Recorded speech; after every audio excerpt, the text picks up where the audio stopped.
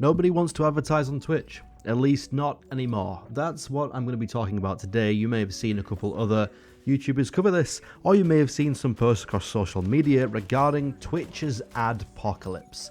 Now, if you remember a few years ago, YouTube had something quite similar.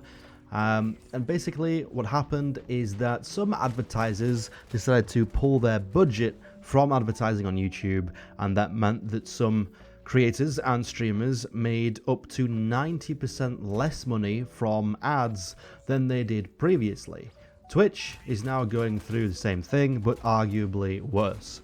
Brands are pulling ad spend that they previously allocated to Twitch and likely pushing it elsewhere, such as YouTube. The problem with Twitch in the eyes of advertisers is extreme content fills a lot of the platform.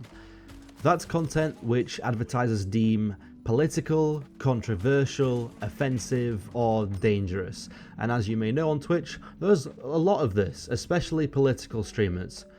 Additionally, Twitch enforced a rule recently where residents of Israel couldn't even make an account, which means that they've been accused of leaning one side politically and having a bias, which doesn't help either.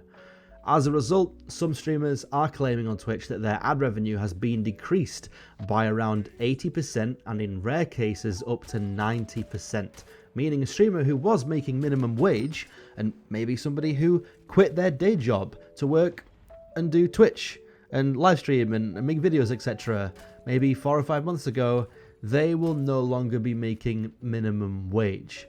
A streamer that was making $100 a day could now be making between $10 and $20 a day, which is a huge impact to their income. For some streamers, this may be the difference between needing to go and get a part-time job or even a full-time job and give up the hopes and dreams of doing full-time content. Because not everybody gets brand deals. For example, I have a YouTube channel that has almost 20,000 subs, but all of my money comes through ads and donations. I don't work with any brands. I have received maybe 3 or 4 paid deals in my time on the platform, and said no to every single one of them because quite simply they just don't fit my channel, or they just seem quite scummy, etc., and I don't want to work with the brands.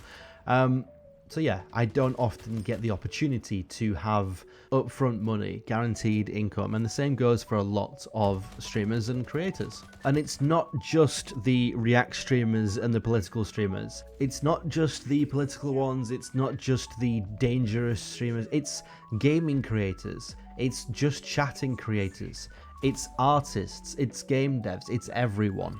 Everyone is being affected by content that probably a minority on the platform produces.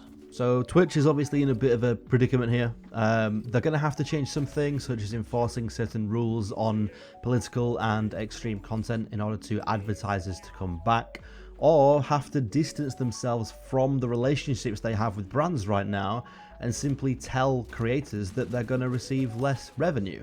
What's best here, obviously, is what YouTube did, and that's that only certain creators receive less revenue that isn't brand suitable.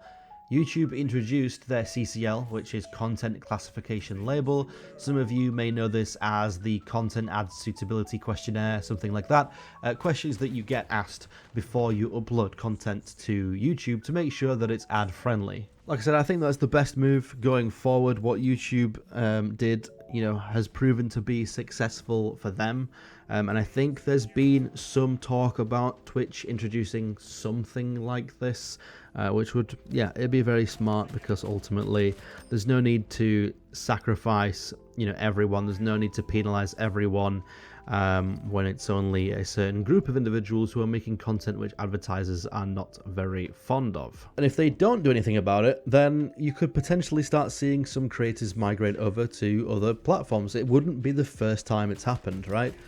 Or at least some will multi-stream, which has become quite popular anyway, now that both Twitch and YouTube stopped handing out multi-million-dollar deals for exclusivity contracts. You've probably noticed some of your favorite creators using a service such as Restream, which means they can stream to Twitter, YouTube, Twitch, maybe even TikTok, all at the same time, to maximize revenue. Because staying on one platform alone simply isn't enough these days. Plus, there's no reason to. If you don't have a deal, which, like I said, aren't being handed out very often, there's no reason really to solely stream or make content on one platform only. There's no reason to be loyal to one platform. You're not obligated to make content on only one place. So that's why a lot of people have been restreaming, have been multi-streaming, and I think it's going to be the way going forward. Now, another problem for Twitch is that they spent a lot of money over the past few years on some decisions which likely weren't the best financial decisions they could have made, considering the platform doesn't make any return on investment year over year. Like, Twitch just loses money. I'm not sure how many people know this, but Twitch does not make money. Twitch loses money every single year. Twitch is propped up by its parent company, which is obviously Amazon.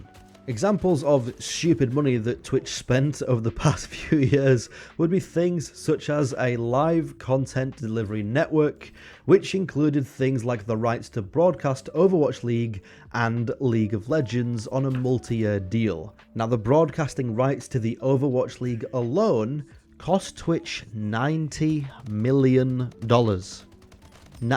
You heard that right. 90 million. $90 million for the rights to broadcast the Overwatch League.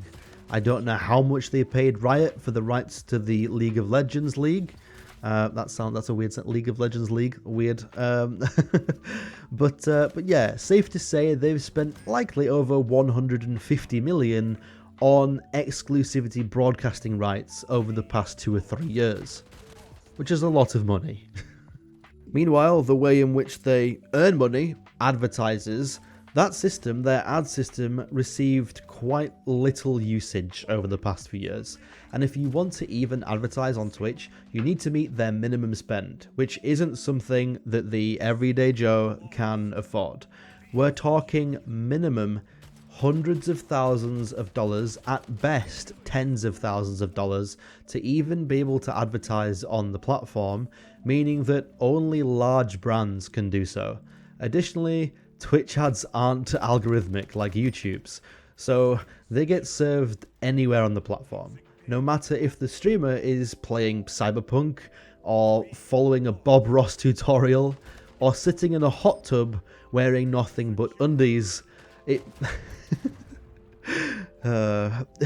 Twitch ads just aren't served depending on the creator. They are just served everywhere and anywhere, which means ads on Twitch are worth a lot less to brands, to advertisers, than other platforms, and most advertisers now just don't see much value in ads on Twitch, which is another huge problem that the platform has, even if they do fix the controversial things and issues that they have going on now regarding the recent adpocalypse.